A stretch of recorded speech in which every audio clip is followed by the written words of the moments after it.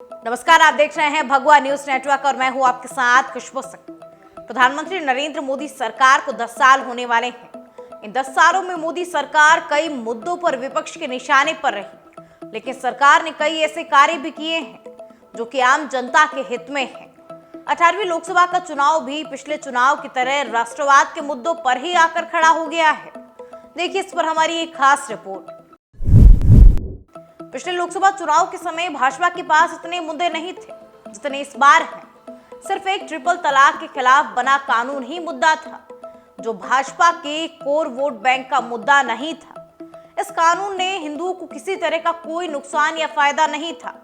घर में घुसकर मारने वाले डायलॉग ने मोदी को देश का इतना बड़ा हीरो बना दिया है कि उनके नाम पर भाजपा 282 से बढ़कर 303 सीट पर आ गई है। कांग्रेस ने उस गलती से सबक नहीं सीखा। वो इस चुनाव में लद्दाख में चीनी सेना के कब्जे का सवाल उठाकर भारतीय सेना की क्षमता पर फिर सवाल उठा रही है।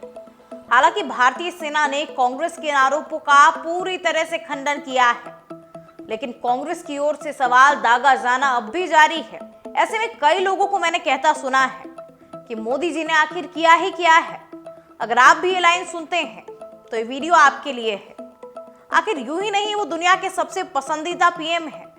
मोदी सरकार ने 10 साल में कई ऐसे काम किए हैं जो काबिलियत तारीफ है।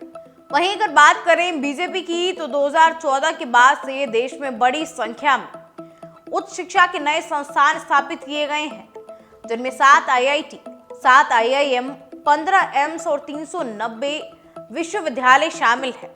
इसके अलावा भी बीजेपी एजुकेशन सेक्टर को बेहतर बनाने के लिए कई पॉलिसीज को लेकर के आई है। 2014 से पहले देश में तकरीबन 74 एयरपोर्ट्स थे, लेकिन अब हमारे देश में 148 एयरपोर्ट बन चुके हैं और मौजूदा एयरपोर्ट्स को भी रेनोवेट करवाकर हिंदुस्तान की मन मोह लेने वाली खूबसूरती 4 चांद लगा रही है। बाकी जितना डेवलपमेंट हमारे देश ने इन 10 सालों में देखा है वो काबिलियत तारीफ है। इन्हीं 10 सालों में मोदी ने हमें इंडिया की फास्टेस्ट ट्रेन वंदे भारत भी दी है।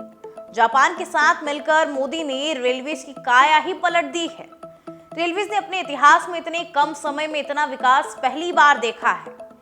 वहीं अगर बात करें कांग्रेस की, तो राम जन्मभूमि मंदिर को कांग्रेस ने खुद अपने खिलाफ चुनावी मुद्दा बनने दिया।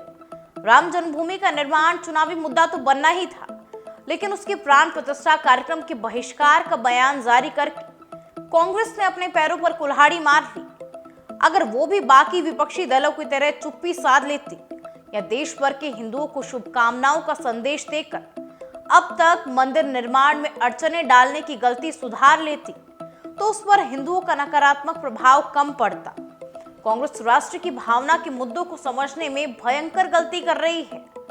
हालांकि 2014 का चुनाव हारने के बाद AK एंटनी कमेटी ने हार का कारण पार्टी को मुस्लिम परस्ती की छवि को बताया था, लेकिन कांग्रेस ने अपनी छवि सुधारने का कोई प्रयास नहीं किया। 2014 के बाद 2019 में चुनाव हारने के बाद भी कांग्रेस ने कोई सबक नहीं सीखा। अब ऐसा लग रहा कि जैसे कांग्रेस सही समय पर सही मुद्दा पहचानने की क्षमता ही खो चुकी है। ऐसे ही राष्ट्रवादी विचारधारा से जुड़े प्रत्येक मुद्दों के अपडेट के लिए हमें लाइक, सब्सक्राइब और शेयर करना ना भूलें और जुड़े रहिए भगवा न्यूज नेटवर्क के साथ।